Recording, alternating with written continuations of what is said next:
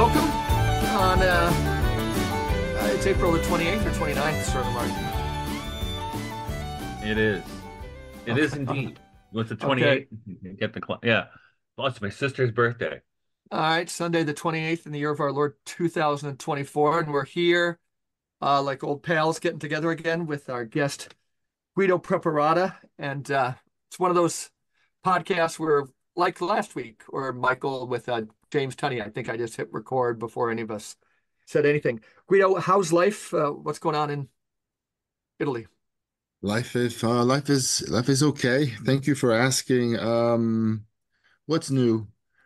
Nothing much. No, there are no news. It's been fairly quiet and still working on various projects, and it's been yeah, working on the house. Been doing a little music. That's about it. How about you? Well, but let me ask you one thing. But do you think you're trending? It's a way to frame it. I hadn't thought of a question. You've released, and we'll talk about them. You've released several books recently. All of them are pretty short. Um, I've read all of them. I encourage everybody to read them. But I told you, Guido, in some correspondence that I came across your name particularly on this neo-feudal Substack guy. Oh yeah. He quotes you all the time. He's always mentioning you, and then just going one time, I think I was looking up an old article of yours, and I saw you were on another podcast or two, at least one of whom mentioned this podcast and kind of figuring out who you were. I do get correspondence about you sometimes, but do you how are your books selling, or like have you in the last 6 months or something, have you heard from different people or seen anything? Sales have been average. I think I've sold about 500 copies or so of my books altogether, Okay. and Yep. another 500 in Italy of the Hitler book alone. Potential is great. I haven't gotten my marketing act together quite out there, so Uh-huh. hopefully I can do better in the Okay. coming months. Yeah. And you've been on several other podcasts? Yes, yes. I've been yeah, on a bunch of other podcasts and Macduff and Peter Duke, John Coleman, and I forget what What seems to oh, be the main subject the other podcasters are interested in? it's always Hitler is always the Really? yeah, they really Hitler is the main thing. People can never get enough of Hitler. And yeah, they love Hitler. And I was a bunch of the friendly people who were reading Hitler also. Some of them read my 9/11 book, and I got responses. I'm fairly proud of my 9/11 book, I must say. Yeah, I like it a lot. Yeah, thank you, Mike. And but some of these other friends told me, yeah, it's okay. It's not as good as Hitler, and Uh-huh. it's okay. It's fair. I take offense because it's like it's like you're telling me my baby is ugly, you know. It's It's not like it's not a simple story for you. It's not a simple story and it doesn't lead to yeah, I don't know, but it's like, my baby, he's cute. No, I mean it's no, I don't think he's ugly at all. And but whatever. I mean yeah, well, things like that. And also I think that my book on Christ is important in a way, I think. oh, it is. It is. I just And revisited that in the essay form in yeah, New and that's Directions. yeah, and it's attracting no interest. I mean, people they just want Hitler. I mean, I said, well, what is this guy? Because I said, well, you like the Hitler book. Well, what has this person written? Oh, there's this book on Jesus. Meh. No, I like Hitler, but no, it should be. I think, so like the politics of Jesus very important, and so on, and faith and things like that, and creed and credence. But yeah, I don't know. I think I'm not, I don't have a vision for marketing and promoting myself and making my stuff visible. I think I have to find how to do that, and maybe that book can reach more people and make a more fruitful and interesting debate, I think. Michael, you say something, but I want to say I do want to circle back to the political scripting of Jesus too, sometime in the conversation. But Michael, when Guido was talking about publishing and everything like that, your face was showing some Well, energy yeah, I there. know. I mean, it's the hardest part is the marketing. How do you get it out there, right? Yeah. And I don't know about this is probably true for Guido, but for me, when the Submerged Reality came out, which was 9 years ago, time How that we you know, met. That's how we met. but that was easy to promote that book through social media because that was before the algorithms arose Huh. that could squash engagement.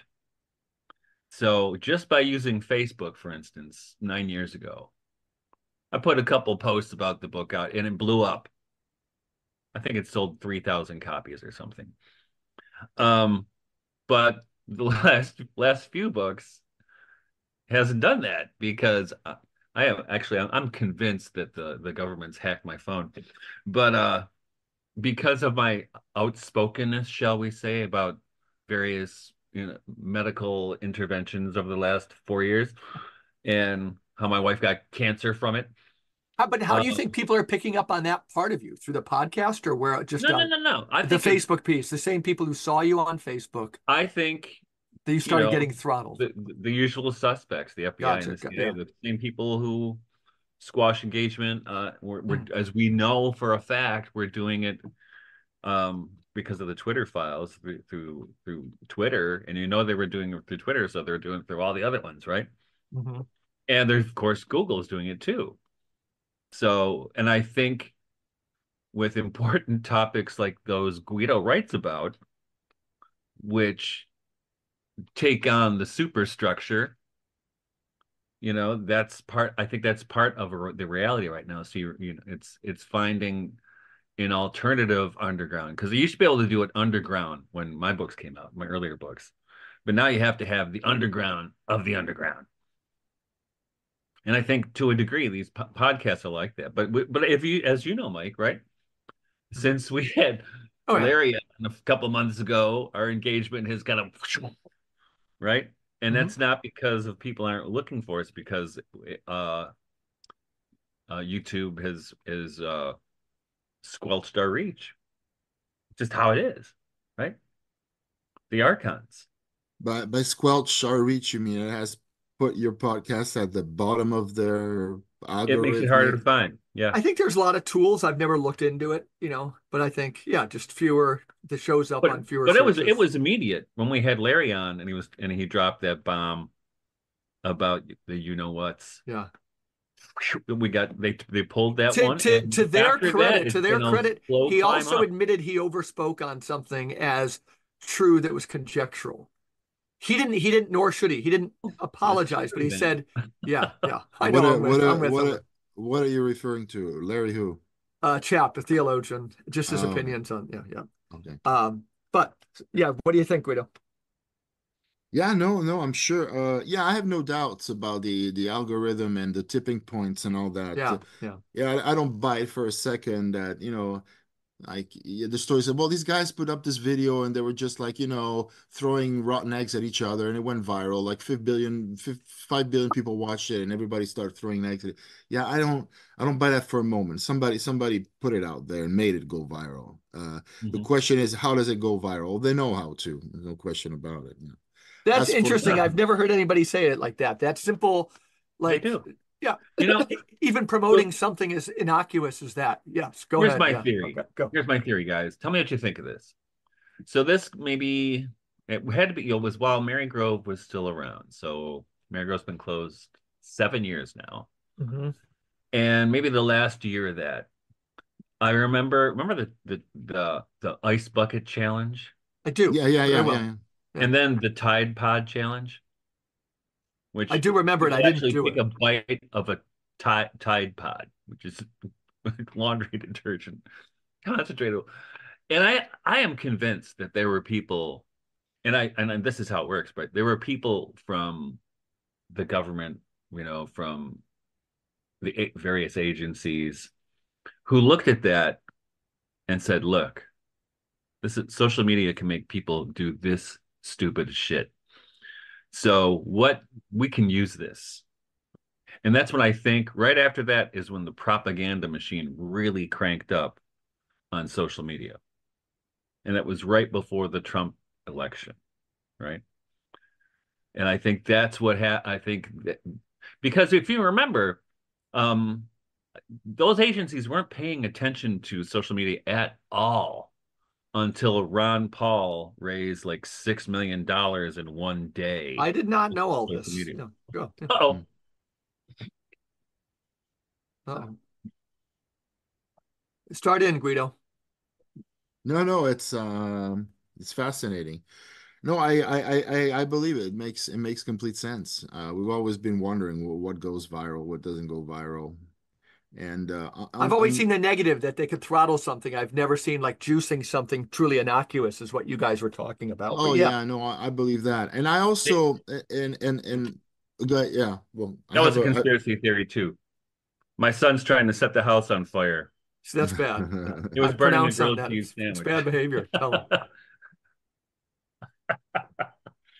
Yeah. He works for the CIA. Yeah.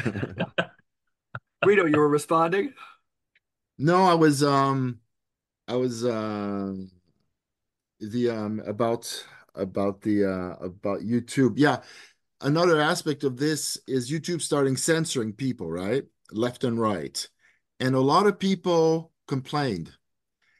And I'm thinking, you can't complain. That's their platform. And and they are free to do whatever they want to do. So, and if you're not okay with it, form your own platform and defy them. And see if this is the mentality I think we should have. Um, Agreed. I was having yeah. lunch with somebody this week and they were talking about kind of trying to live outside of something. And then Hmm.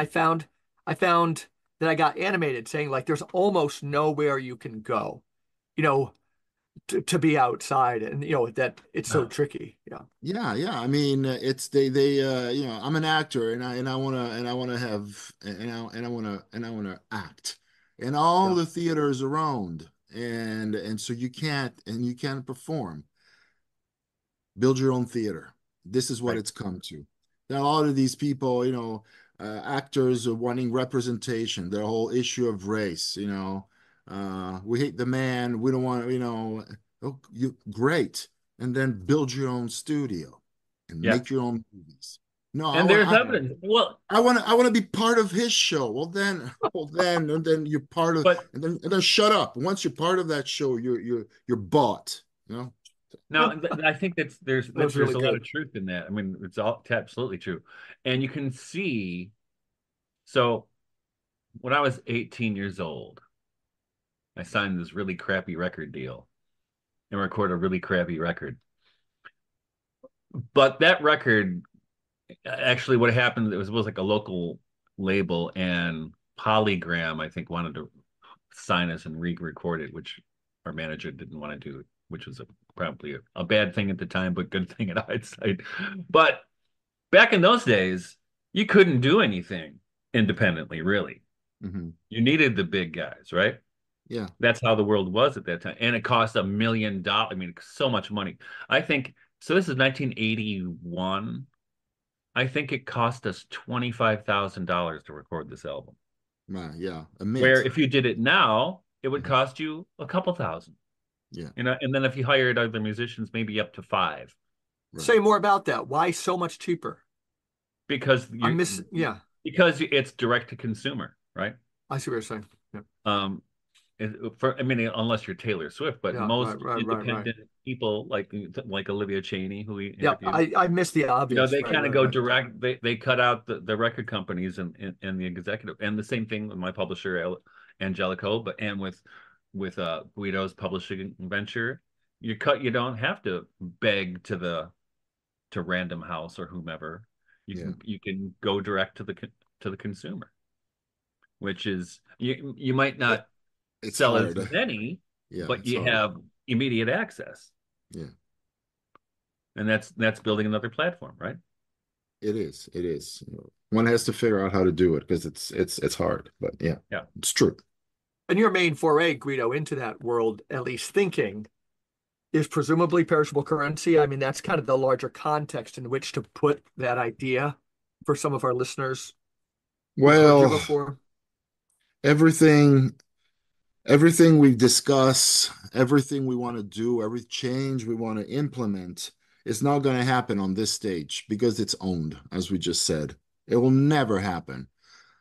It's like we're involved, and you met some of the guys when you were over in Italy, and it's a bigger group, That was a and wild trip, a wild trip. yeah, and oftentimes, it's like we have this project, and sometimes the question pops up and says, well, there are funds from the EU.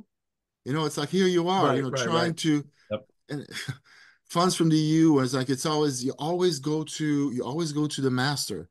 So perishable money, it's the most radical, as we said, most radical economic revolutionary concept. It is that, of course, not by itself within a wider architecture of redesigning society. It is unthinkable that we could possibly do them in the system we are now. We live in a cage. We call it whatever you want, a cage, a cavern, a beehive, or more an ant heap, and so on. And they will not let you do it here because it's proprietary, and because it's against their interest to make that happen. So we have to think the only thing we can do is, it's people tell me, okay, well, as people have read my book says, well, you criticize, you criticize, you criticize, you criticize, but what are we going to do? What are you going to do? What are you going to do concretely? And I'm thinking, well, and I always say, I can suggest a few things, but everybody has to think, what are you going to do? What I think that what has to happen is that we're going to have to think in this mentality that we're going to have to build our own theater and start the play. There's no other way. So we have to create a space. How to create the space remains to be seen. And we have to create lifelines to make that happen, that are separated and separate from those of the system. And mostly, the ways in which they suck resources and lifeblood out of us is through taxation and the credit system. So that Mm. means that we're going to have to find ways of avoiding ways to be taxed. So there's already an element of rebellion there and of open criminal defiance of the system. I'm afraid to say, but that's how it is. And I'm in. two, yeah, no, I know you are, but most people, and I was saying, we talked about this even with Mike and the Steiner people and all sorts of, there's thousands, a galaxy of dissidents, and everybody is great at making plans, but everybody is not willing to get his ass whipped in any form. And so, Hmm. well, then because they're scared. Well, Yep. we are scared, and well, okay, but there's no other way around it.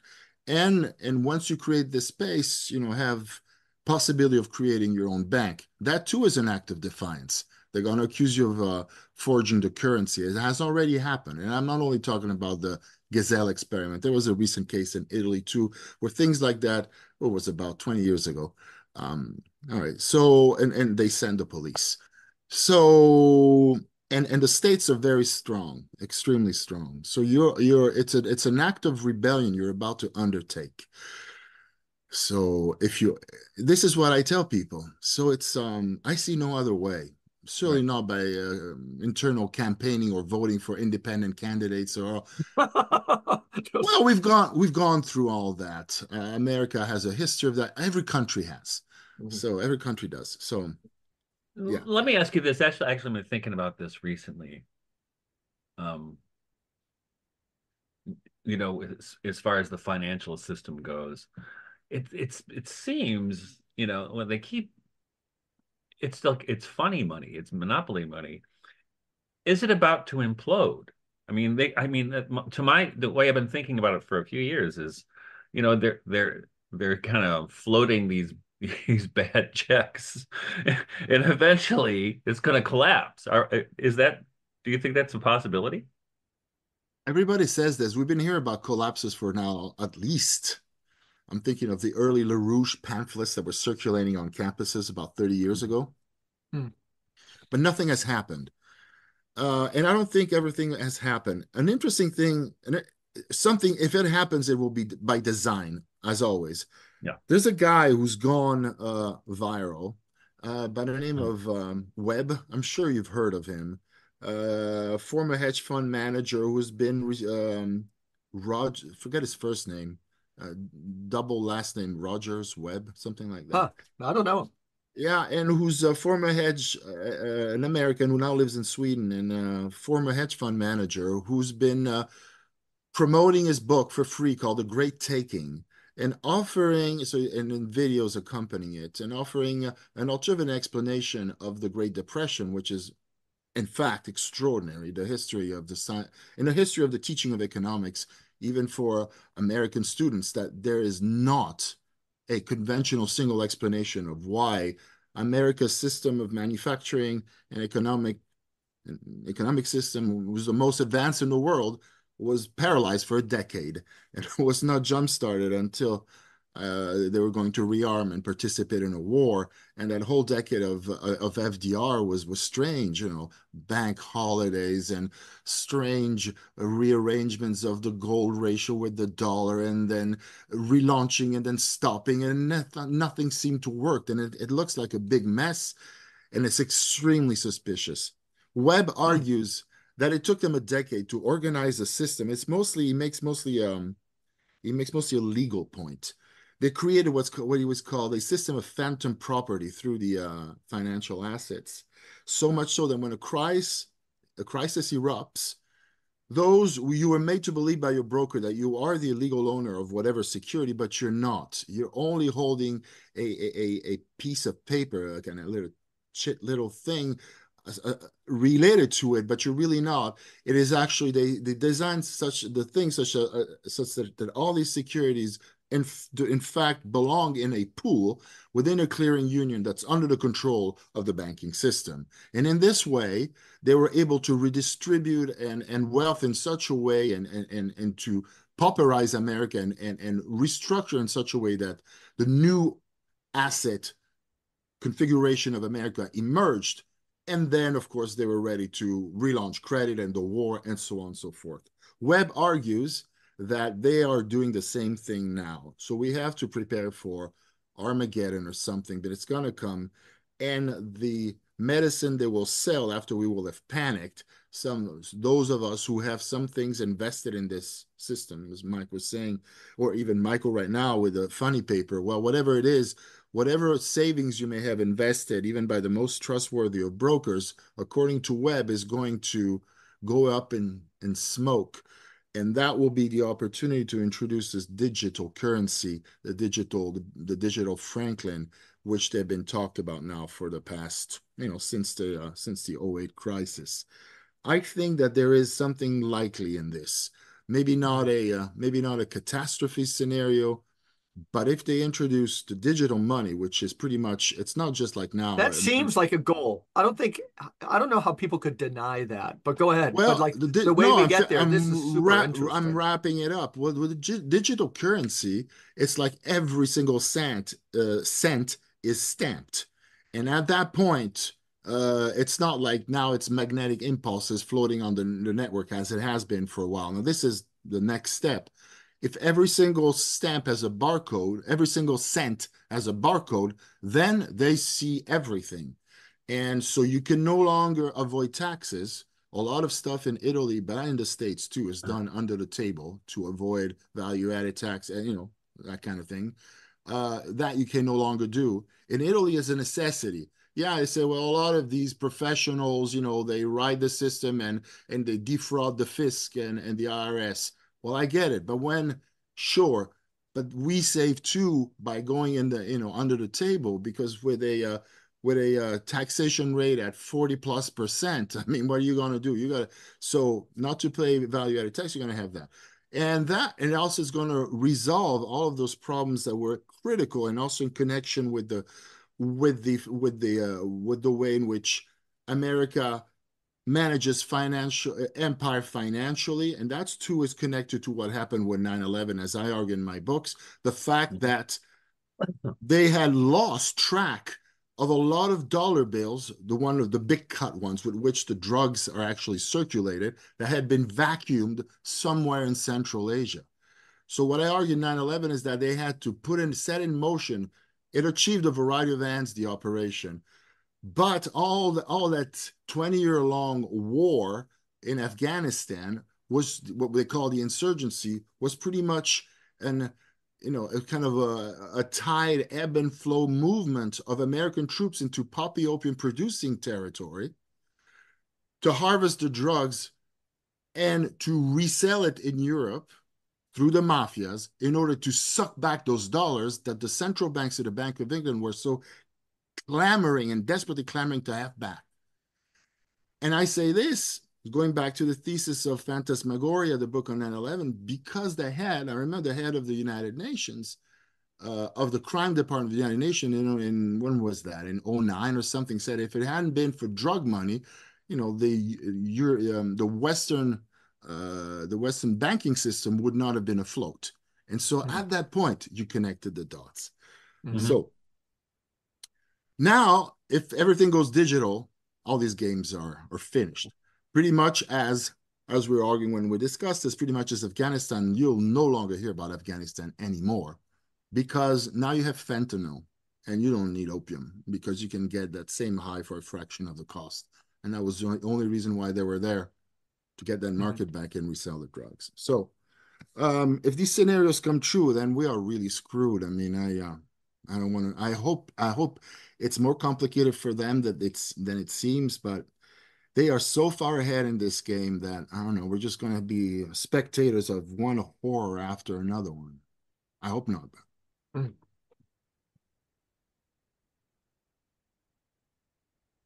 It was heavy. We don't usually have these pauses, but tell people, and I think these will connect again because they'd heard me say it before. You just did a great job, and it wasn't about that, but people who are interested in what you said, the book Phantasmagoria is out there, but give people a sense for what you're doing in the political scripting of Jesus, because like for the neo-feudal guy and so many young people very interested in Ernst Jungert, and in this short book, he plays a significant role. As does the history of American relations with Nazi Germany and the Vatican and so forth. Tell people kind of the thesis of that book, The Political Scripting of Genius, and this will come full circle, I'm convinced. Yeah, Ernst Junger is, I think he's mentioned in the Empire and Church. Well, I guess once we had this discussion, Mike, I was wondering, what is a Catholic, right? And I don't know. And a Catholic is a Christian who owes allegiance to Rome, basically. Now, having seen what Rome is, not that people need it, but I had to see it to have, and I had to see, and what I saw was just it just makes you want to cry. Then I said, okay, well, get into the weeds here. Get into the weeds a little bit with that, not just to pull out salacious details, but break down a little bit. What you saw made you want to cry? The careermanship, the duplicity, the lack of talent. Yeah, all of it. There's the fact that it's well, now it's become an agency of the U.S., by the way, and everybody knows this, and it's been confirmed to me at very high levels. It's just it's another box they bought. It's like Fiat buying. And what's the main threat? What's the main threat in that relationship that the U.S. would use against the Vatican? Like, you're our toady, and if you don't do as we say on issue A, B, or C, this is what we do. How does that work for the listener? Yeah. Well, no, it's like Chrysler buying Fiat. It's theirs now. So, well, why? Why did they want it? Well, when they were when the U.S. and the Brits were raising the world to the ground, Italy was slated, was scheduled. If they hadn't surrendered in 43 in September, Eisenhower told Italy's first general that they had already drawn up plans to bomb it to nothingness, and they'd done it scientifically, American style, with great organizational sense, with quadrants where everything was going to disappear. I mean, they killed 75,000, at least 70,000 people with just surgical things when at the time where they weren't certain what the Italians were going to do with Mussolini or not. But the funny story of Eisenhower, he told this, it was in Malta, and he told this general that they were going to destroy the country except for the Vatican. The reason being because the Vatican commanded the allegiance of a lot of people. So this is how forward-looking imperial powers are. It's the one thing they didn't give a damn about Italy itself. It's all the it's the prestige, it's the creed that was given by the faithful to this center of charisma, which they really wanted. And so, and in the end, they just laid siege to the citadel of the priests because they wanted what then eventually amounted to 1 billion souls, right? Which were they were not under their direct jurisdiction, which was, as I wrote, intolerable. Everybody has to believe in them. And so in the end, to this story, I mean, the siege, the story goes, from what I heard, it began with John Paul, who was kind of already halfway there. Ratzinger was kind of wishy-washy, trying to resist, not really, gave up, couldn't sustain the kind of compromise idea they had in mind, and then Bergoglio's been waiting on the sidelines for a while.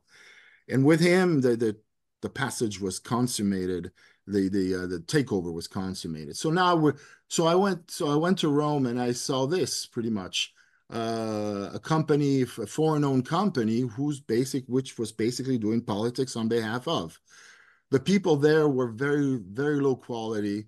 Intellectual level was crap. There was not a corpus of intellectual worthy of the name. Everything was, the cultural anthropological dominance of the United States was crushing. And the recruitment, it was just recruiting from poor countries because nobody now, as we know, the vocations are zero. Nobody wants to be part of that. Nobody wants to be a priest. And priest for what? In the name of what? It's not clear. So the only ones that do this are those who get three meals a day, and those desperados for super poor countries, Africa and Latin America mostly. And so that's who our new shepherds are. Now, some of them are cool, and I like the Mexicans enough. They were the most articulate and interesting of people, but I don't know. For the rest, it was just dismaying. The level of these shepherds was subpar, and the whites, the European ones, were just a bunch of just crass, envious power brokers who believed in absolutely nothing other than having their personal little orchards within their sphere of power to cultivate whatever little crap project they had, or little publications, this and that and the other, and repeating mechanically whatever was issuing from the pyramid of this opaque organization. So it was just it was nothing. It was an apotheosis of nothing. And there was no meaningful dissent. No, you don't dissent. If you try to dissent there, they throw you out, which is what happened to me. It's like academia, right? Yeah, it was exactly the same thing. And so whatever I suggested to them, reforms I suggested, and of course I went and talked about this money thing to them. Mm-hmm. There are some very bright monsignori and high prelates over there, but even those who understood and sympathized, just to say, they shook their heads and said, this is a royal court. They told me, just try other things, or go talk to this other person. In the end, nothing came of it. So I said to myself, all right, so we are Christians who owe allegiance to Rome. If this is Rome, I hold no allegiance to Rome whatsoever. And so then the question is I'm a Christian then. And what is a Christian? What is a Christian? And so then I pushed this, and I tried to push this the furthest I could, because in the end, we realized also that in the dynamics of power, as good rulers know, to rule with the bludgeon alone is extremely expensive.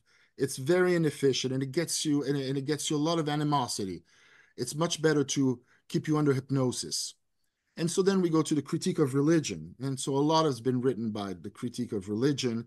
And, Freud has written very famous pages of that, that in order to, but not from the viewpoint of power, to a psychological viewpoint. So those of us who just cannot put up with society, who have not been fit and tenacious enough to make it into society, and are misfits, have to come to terms with reality. And one way to do this is to distort it so much through religion that we make ourselves still submissive, but in a form, through a form of submission that is agreeable to our temper, to a God which we call at the same time a guardian angel, and that makes it better for us.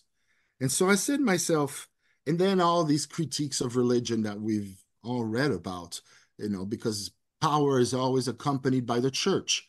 The Tsar had the Orthodox Church, the Emperor had the Pope, and the Protestants had all sorts of preachers, same thing. And the potentates in the Far East had the Buddhists. It's always the same thing. They're there as this ancillary movement preaching love and compassion and mitigation of pain. But in the end, it's only there to make sure, to clean up the mess that is generated by a system that is unconditional and everywhere across the board, commanded by parasitical elements who are absolutely ruthless and keep the hierarchy going the way it does. So I said to myself, I owe no allegiance to Rome. What if I were devoid of religion too? What if the story they told us about God and all that, what if that were a farce as well? And I started sharing some of these qualms of mine with friends. Some of them send me back books of prayer and things like this, like, the ideas, the guy's lost it. I'll pray for you.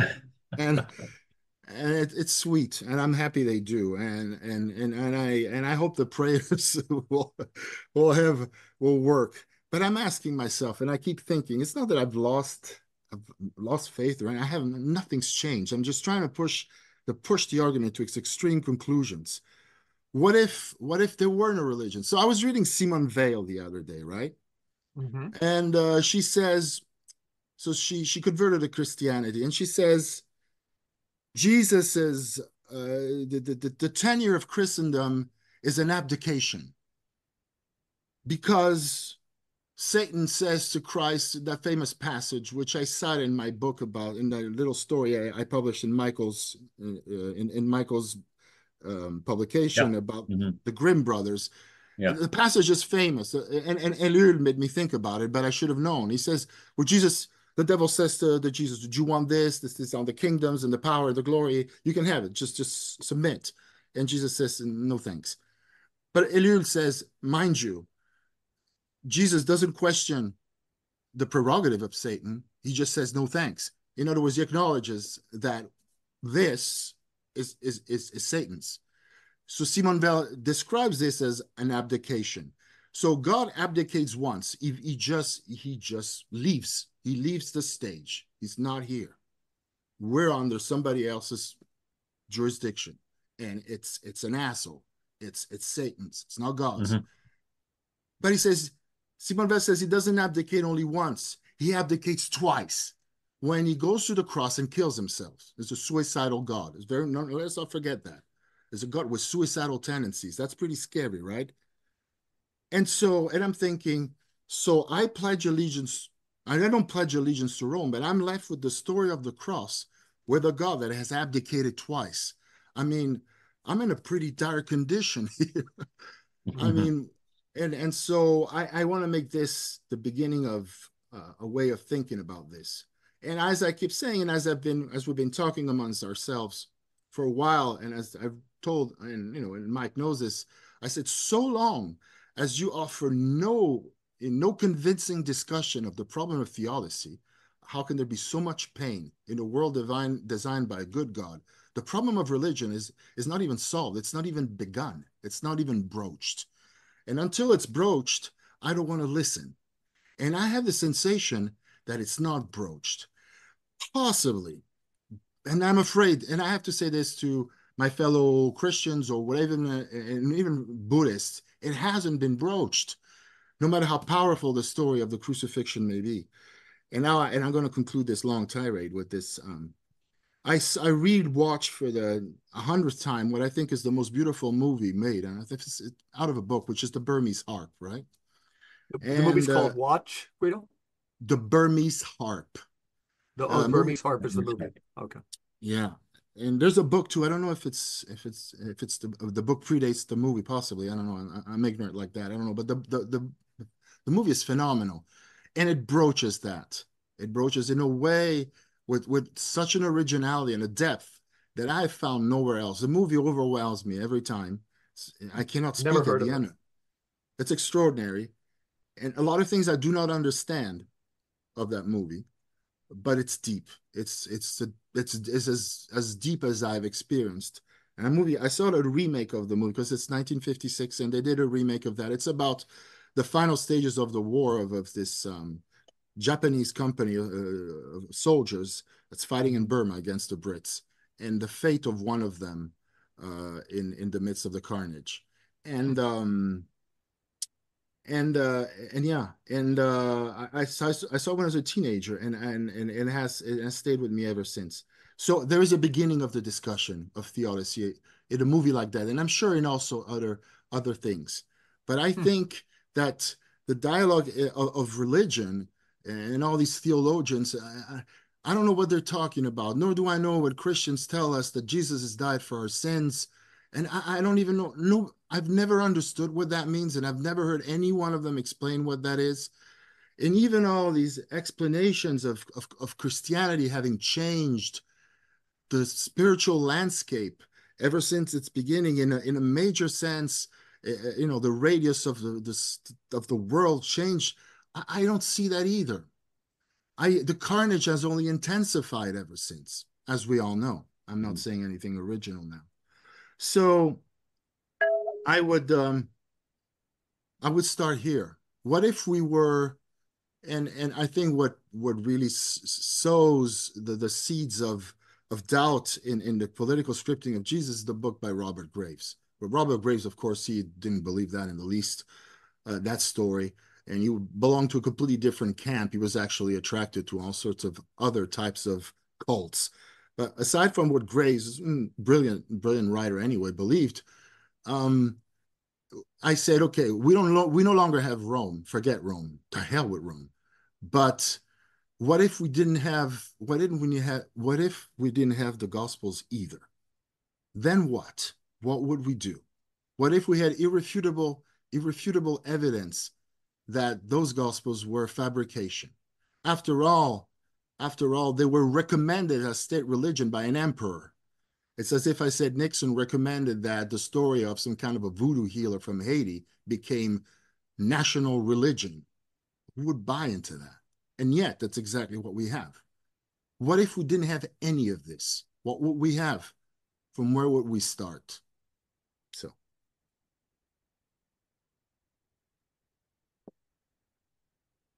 Well, that's what I've been thinking. I think about that exact. I've been having these conversations with my wife about this almost daily, and even um, thinking about translations of the Bible and the kind of hocus pocus that we've had, that Protestant really picked up, but everybody picks it up, right? It comes from Judaism, right, where the Torah has never been edited. It came just like this, and we know that it's been edited, and we know that it's been changed, and like you said, Guido, well, so what is it? I don't even know what it is. And the thing is, even nevertheless, and I think this is what you're saying inside of there someplace, Guido, is you still have a sense for something, but it's not the institution, and it's not. And I think that what's interesting, the institution of the Catholic Church, for instance, there's a direct parallel with the institution of higher education, where you have the seminarians, yeah, and then you have the deacons or assistant professors, then you have the priests or the associate professors, and the bishops or the full professors. But it's a system of control. Both sides are systems of control, right? And those who go along get along. as we know. And those who don't want to play ball don't they have to build their own theater. You know what I mean? Yes, yes, yeah, no, yeah, that's how it is. But nevertheless, and I've been asking this. We've had shows about this, Mike.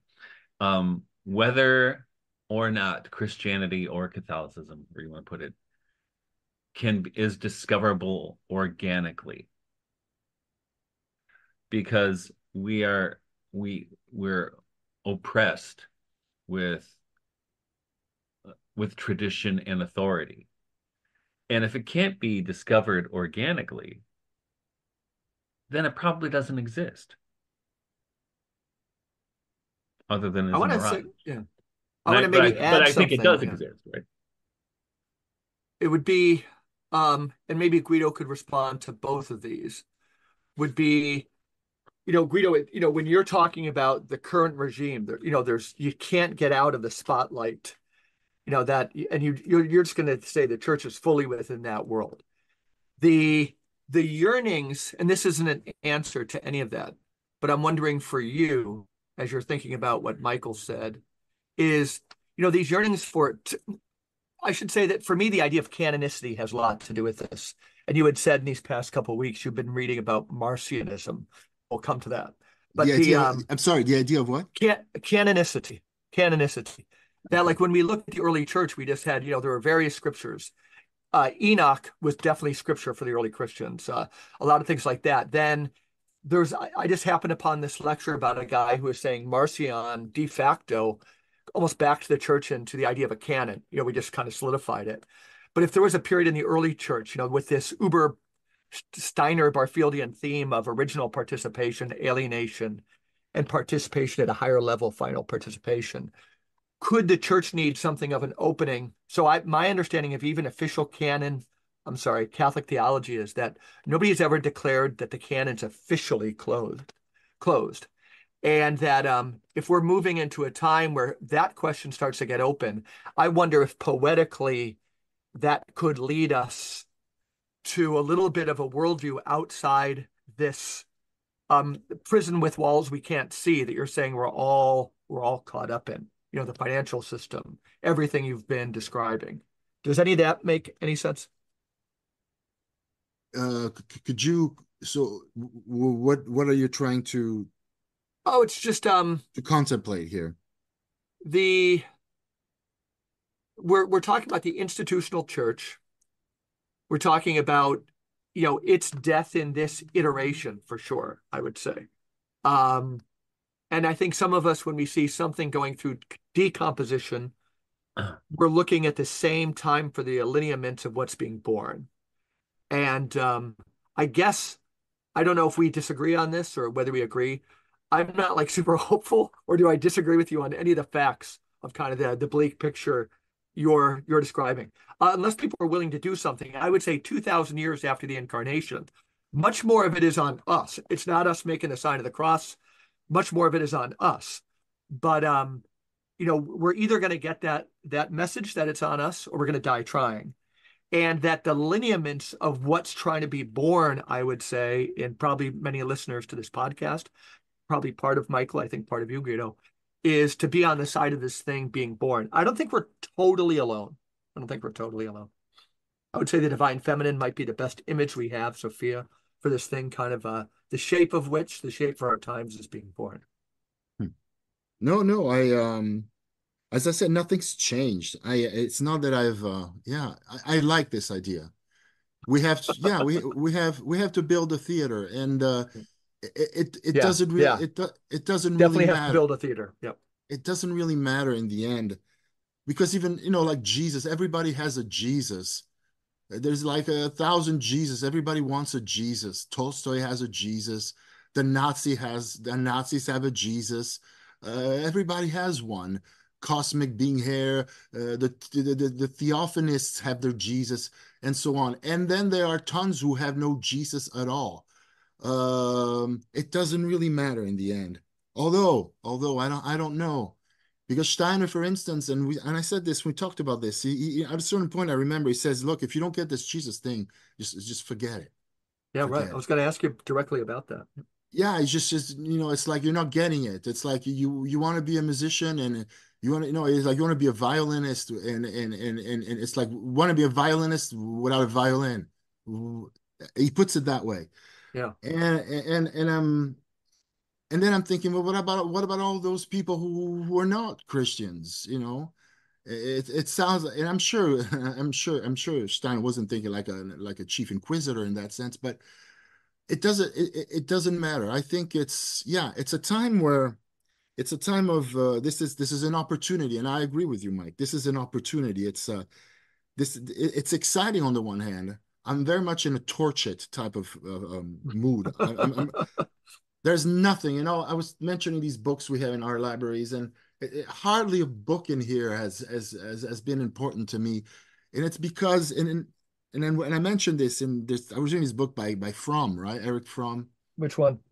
Um, Not one of his important one. It was a book Okay. on Zen Buddhism. Cool. And I mentioned about this. Yeah, the book is meh, there's nothing there aside from a citation where he says, again, we live in a world where like two people, a handful of people rule over a gazillion. So the literature, what we call science, reflects that.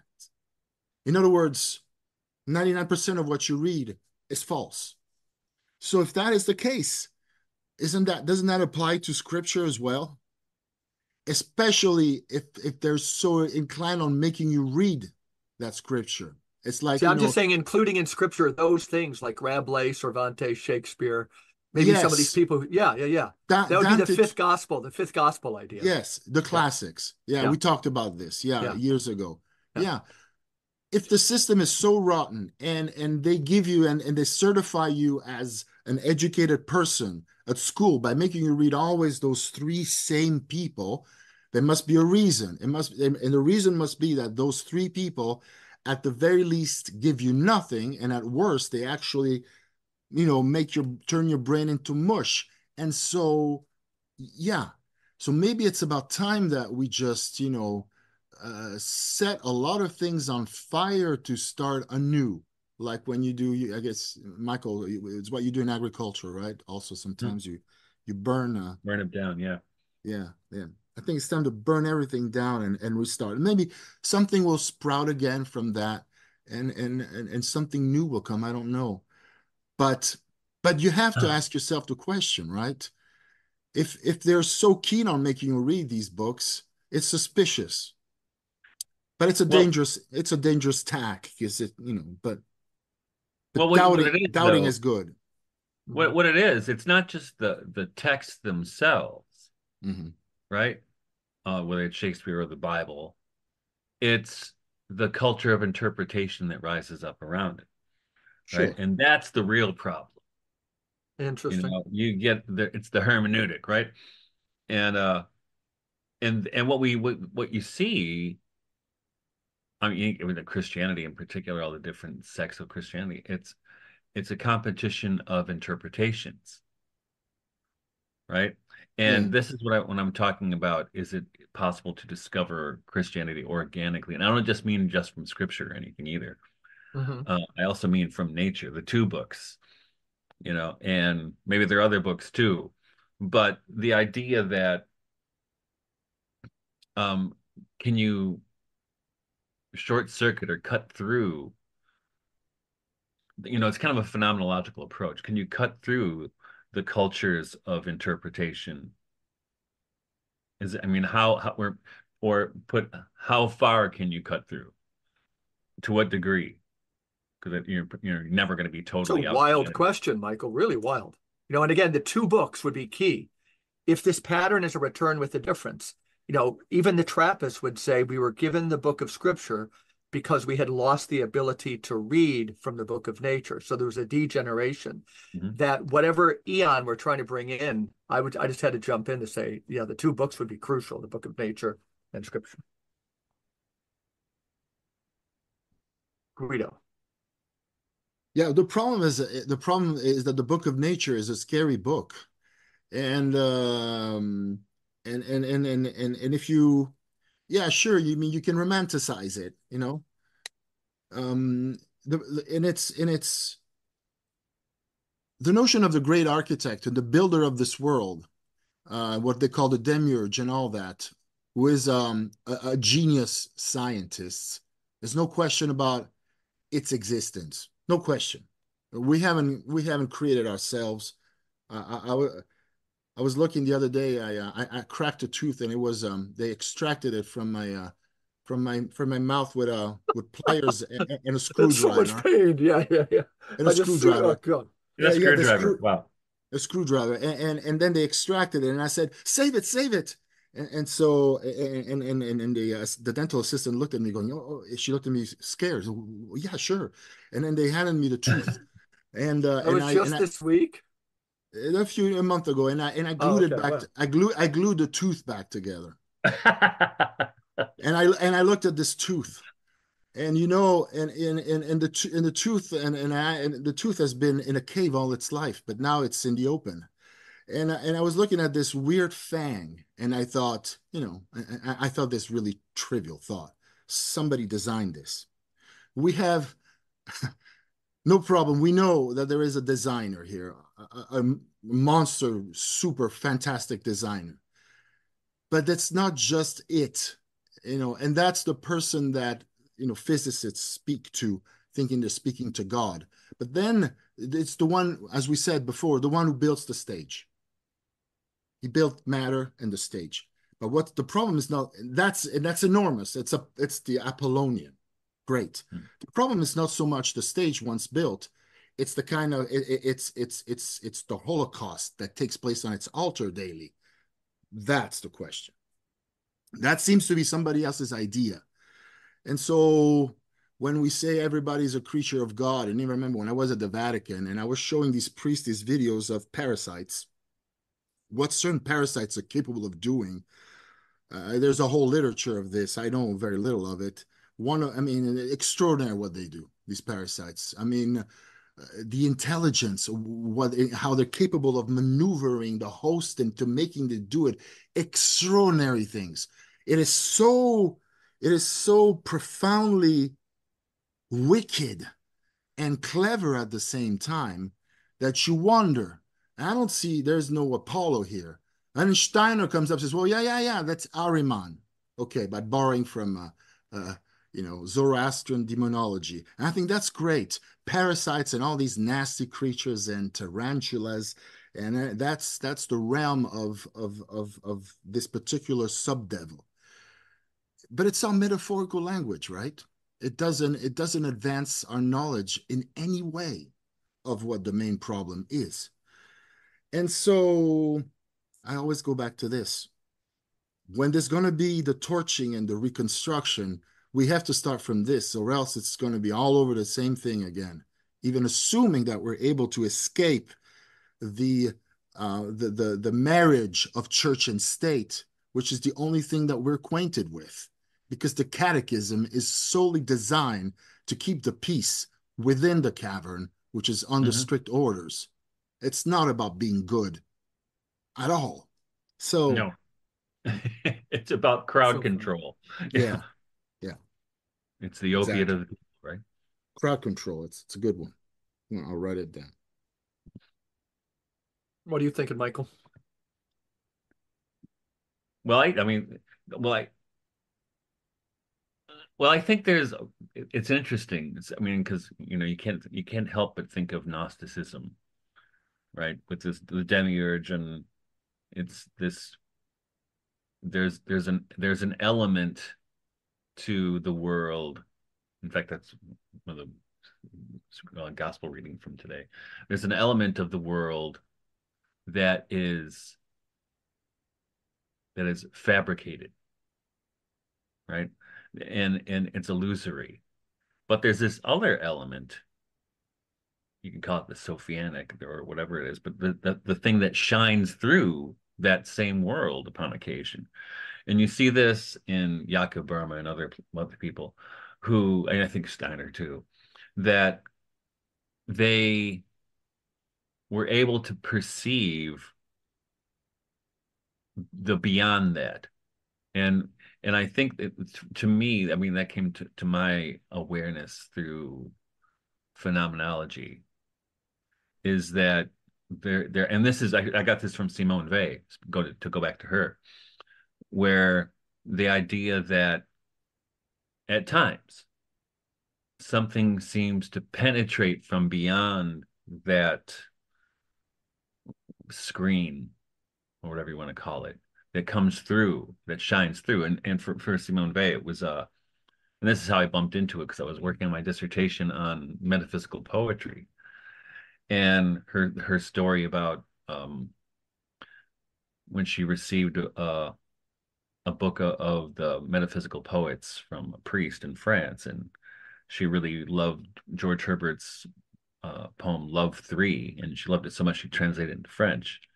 And whenever she felt a migraine coming on, she would repeat it to herself, as a way to calm herself at first. And then she said, but after a while, it took on the virtue of a prayer. And then at one time during one of these recitations, she told a priest in a letter, Christ himself came and took possession of me.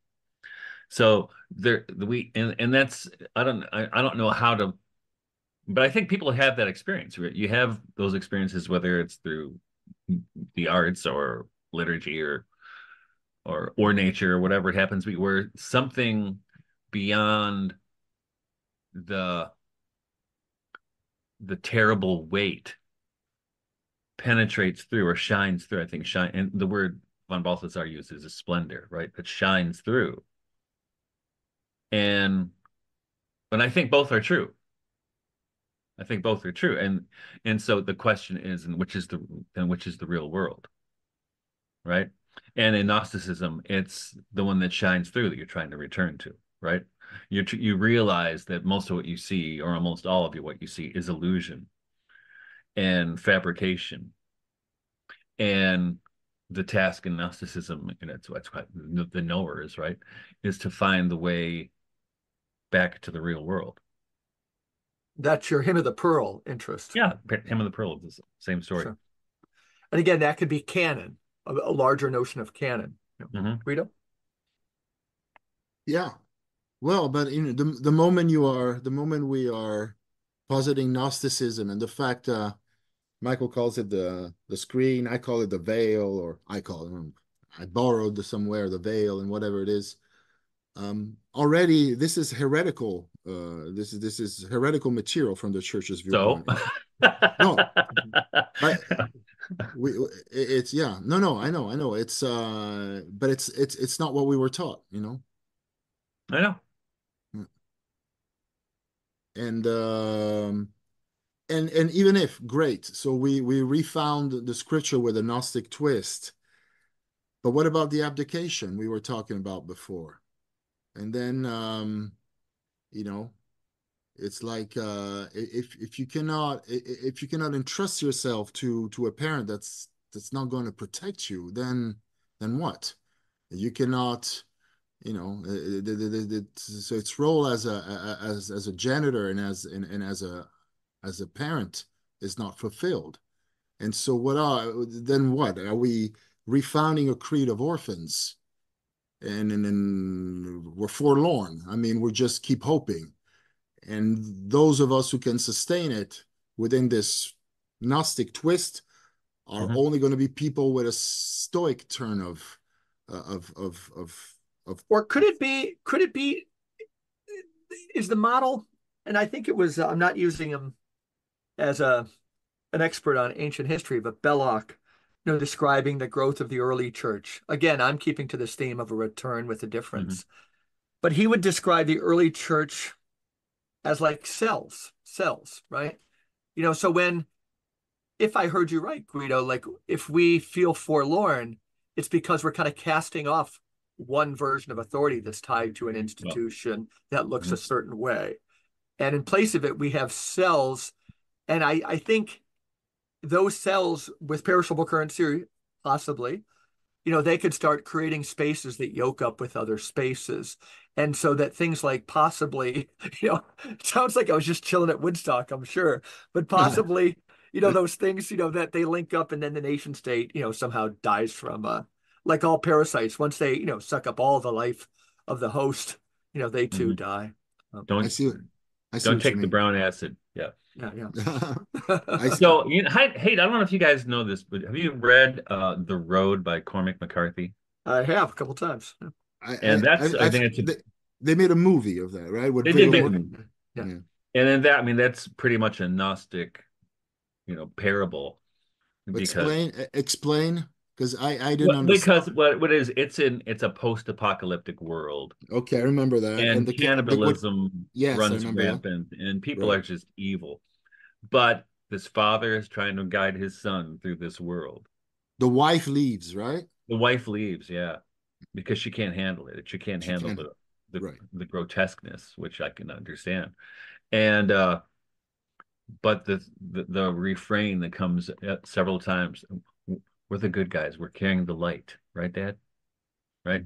And Yeah, yeah. that's well, and actually that also shows up in Terrence Malick's film The Thin Red Line, right? Where I've Mhm. seen a different world, right? And he there's recognized that there's a spark inside of this one guy that still sees the good in the world. And they're in the middle of Guantanamo Bay, right? I mean, it's hell.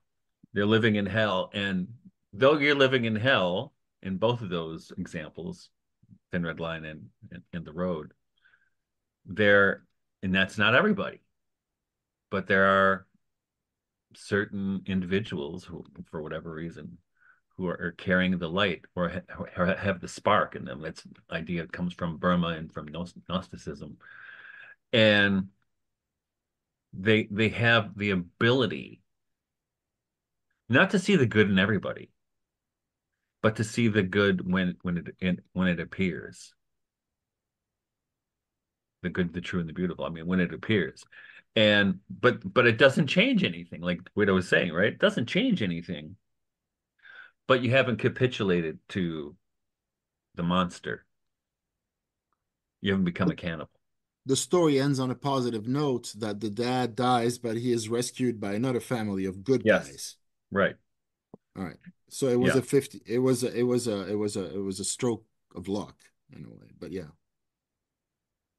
it could have been a family of raiders, a gang of raiders. But Mhm. yeah, no, you're advocating a rebirth, a Gnostic rebirth of creed with a leadership, with a anarchistic leadership of stoic people. And I You like got like that. a computer program. You pump in this stuff, it gives you kind of the I religion you're dreaming of. I like that. I am afraid that some of us, the weaker ones, wouldn't be able to survive. I see myself in that McCormick story. I see myself being eaten alive in the matter of the first 5 minutes of the movie. I don't think so. I would try to Well, defend, but the question is, why have some of us been left in this carnage? I think we should. It's always a pleasure talking to you. We should redo once after you've seen the movie I mentioned. I think it's gonna. I hope So it's I gonna look up Burmese heart. That's the harp, Harp. the harp, harp. Okay, so the sorry. musical instrument. Yeah, I got it written down. And I wonder what is that going to make you feel and think. this will be If you fun. want. Yeah. But yeah, and he doesn't he tackles the issue of theodicy. He dismisses it at the end. I don't want to spoil it to you, but it's not a movie that's going to tell you why there is evil. Not at all. Which is what we're asking, what I'm asking. But the question for us is why should we put up with the kingdom of a king who's abdicated? Why should we still call him king? That's Mhm. my question. If you've abdicated, you're no longer king. And so that makes us subjects of what? All the more so as we refuse the tenure of the one who's in charge, who's by his own admission wicked, smart and performant and clever and alluring and attractive, but still he is what he is. And what about the rest of us? Yeah. So that's why I think that fable of the apprentices is interesting, but Hmm. there's nothing heroic about No. being caught in this life and say, okay, I get it.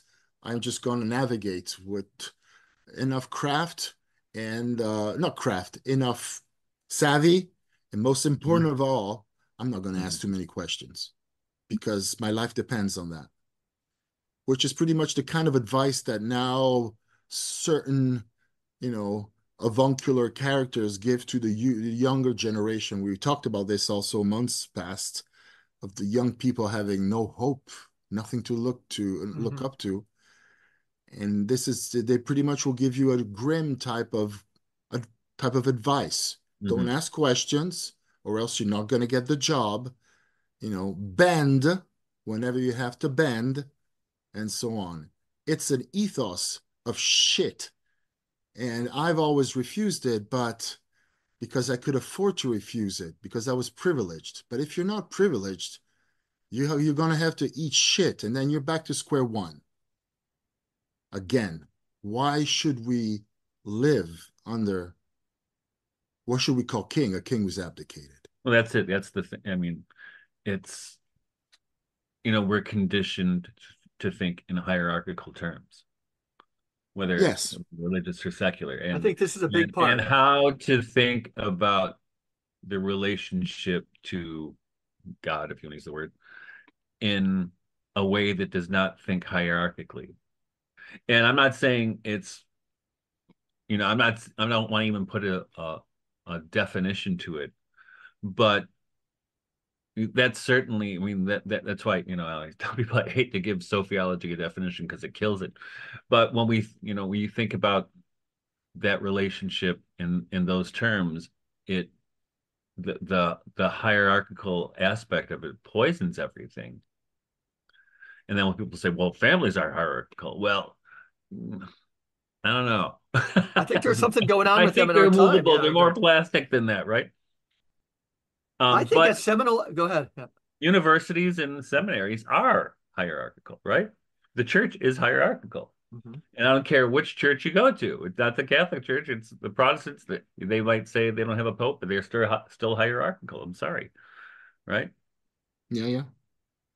And so, but there, and I think there is a way to um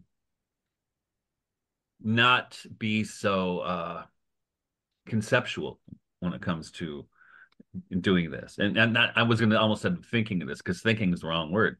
But there's a poisonousness that comes with the conceptualness um, that already destroys it before it's been born. So I mean, how do you Conceptualness learn to? regarding the thing that comes next. Is that right, Yeah. So Michael? how do you? I Yeah, mean, right, right. you have to learn how to live. In what Keats called negative capability, right? You have to learn how to live there and be okay with that. Give a Because definition part of part of and Keats. part Yeah. of the I think the attraction for hierarchy is I need somebody with the answers, right? I need a father figure. Somebody call Freud. Right? I need my daddy to tell me what to do. Yeah, What's that? Can yeah. you give it a quick definition, Mike, of a negative capability? He actually Keats uses it when he's talking about Shakespeare. He says it's the ability to live with complexities, to Hmm. not have to sew everything up, Like a to multiverse as not have opposed to to a have a moral of universe. the Yeah. story, and to Yep. not Yep. have an easy explanation Hmm. or even a definitive explanation. Interesting. So you live kind of in the between. Holy Saturday, some people, like our good priests, they'll say, Mexican. It's funny that you mentioned that, Guido. Mexican, they're very comfortable saying, yeah, we're living Holy Saturday. We won't see what's going to be born. You know, wasn't our good fortune. So let's do the work. Let's do the work. Pretty cool when you see it because there's a lot of peace that goes with it, at least amongst these guys. But Hmm. Guido, Yeah.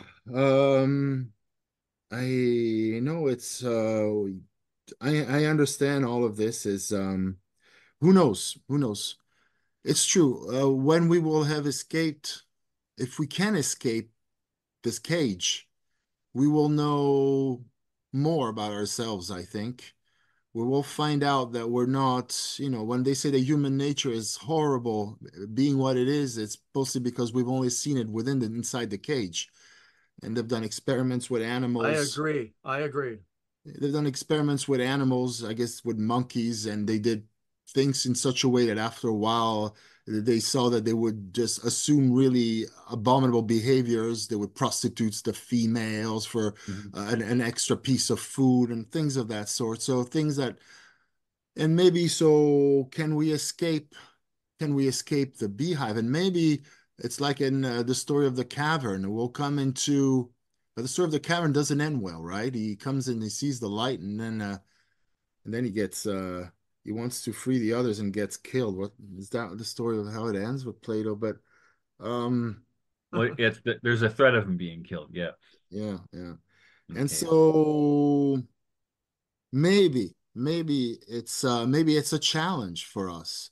But regardless, whether we succeed or not, what is important in that story you'll see in the Burmese harp is that for all this pain that there has been, all this needless, senseless suffering that there has been, and for those who have been mown down by war, who could have lived a life and didn't, and all these interruptions that have no meaning, some kind of price has to be paid. Some kind of things has to be given.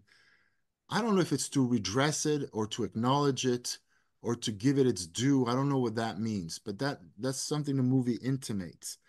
And I think it's something for us, and I don't think Christianity tells us anything about that.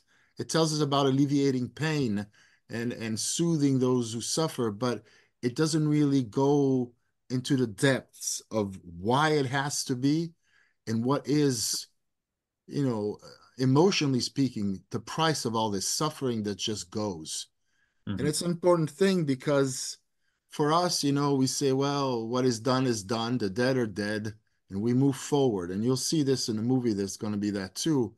But there's going to be, one who is not going to do that. And the movie revolves around that. And which makes you want to ask, what is the spiritual economics of the world we live in? This give and take. Where are you in this world? Where do you belong? What has it all meant? But back to the fundamental question, and why was there any need to set this whole circus in motion? And Mhm. what a circus it is. And why do we have to wait for an epiphany through the veil to breathe again and to yearn again? Why do we have to go through that? And the price for going through that is this payload of suffering, which is this container of toxic waste that has just been blown into space or just buried in the sands of Africa, as we do nowadays with waste. But then, what is the price that has to be paid for this, spiritually or cosmically speaking, on the Mhm. Mhm. one hand? And that's the big question. And on the other hand is again, um, you know, the question we ask ourselves every day, and what am I supposed to do in all of this? Mhm. And why am I so keen also on being afraid of not leaving any trace? And why do I want to leave a trace? Why am I afraid of just disappearing? Because that seems what we're destined to be in this beehive, that we will have left this life without, not knowing what it has meant and what our purpose was for the vast majority of us. Now, especially that it's so regimented. And so, I don't know. I think that, these questions are so basic as we know, but it's like we don't ask them Mhm. enough, No. and nor do we direct our efforts in trying to find a beginning, a beginning of a discourse addressing them. Nobody does that anymore. When Mhm. institutional Catholics speak, and you know this much better than I do because and you talk to people, as you're saying, you're having this podcast and you invite theologians. I mean, what the hell do they talk about, really? That's so important. What difference does it make? I'm asking you. What have you learned from all these podcasts from, militant Catholics? What are they doing to this world? I mean, you say, well, they're alleviating pain. Well, that's great. Is that it? Which will be enough. Then I say, okay, that's great. but that isn't peculiar to Catholicism. There's a lot of No. people, I mean, a lot of people who have no idea who Christ is that do just that. So again, it resets the discussion as okay. Yeah. But aside from that, what is, to your experience also as through the podcast and anthropologically and culturally, what have you learned? What have you seen from these Well, for guys? me, I'll tell you, for me, it's not about finding any answers, but for me, it's the I guess pleasure might be the right word, but it's an honor to see people trying to understand. You know what I mean? Okay, but that's You something. know, yeah. I actually, when I used to hang out with the Hare Krishnas way back in the day, they said so. This is in Detroit. There's a big Hare Krishna community, and when I was a teacher, actually, a lot of the kids at the school were Hare Krishna kids. And one of the things this one of the Krishnas told me, which has stuck with me for 40 years probably, he said, one of the ways of showing love is to reveal your mind to another person. So Hmm. I kind of inhabit that. I don't need answers necessarily, but I'm honored to have, like right now with you, right? To have another person reveal his mind to you in an unprotected way. I mean, that's a Okay. form of love as far as I'm concerned, and I can live with that. And that's, in a way, for me, that's negative capability too, because Yeah. I don't need to understand it, If I asked It's my a son, like, secret. if like, how would you describe this podcast? Like, is it a niche in this area? Because I don't know the world of podcasting at all. But he would say things like, this many followers or this many views. You're in the top. It doesn't mean we're big. We're always going to be niche, and we don't give a shit. Point being, he would say, oh, even this many viewers puts you in the top 5% of all podcasts or something. And then there's the elite 1% that everybody sees. Point being, Michael got to it. That would be, I said, what do you think of the podcast, Aiden? He goes, it's just pretty intelligent guys, well-meaning, funny, who are trying to figure out what's going on. Hmm. That's about it. No, And I no, didn't no. mean that to sound edgy. Yeah. No, no. I meant to say, but do these militant Catholics that you've been dealing with for a long time, do you think that they're moving in some particular way or I don't know if meaningful we've way? had that many. Michael, you answer that Yeah, I question. don't think we've had that many. I can't think of any of our guests that would fit that.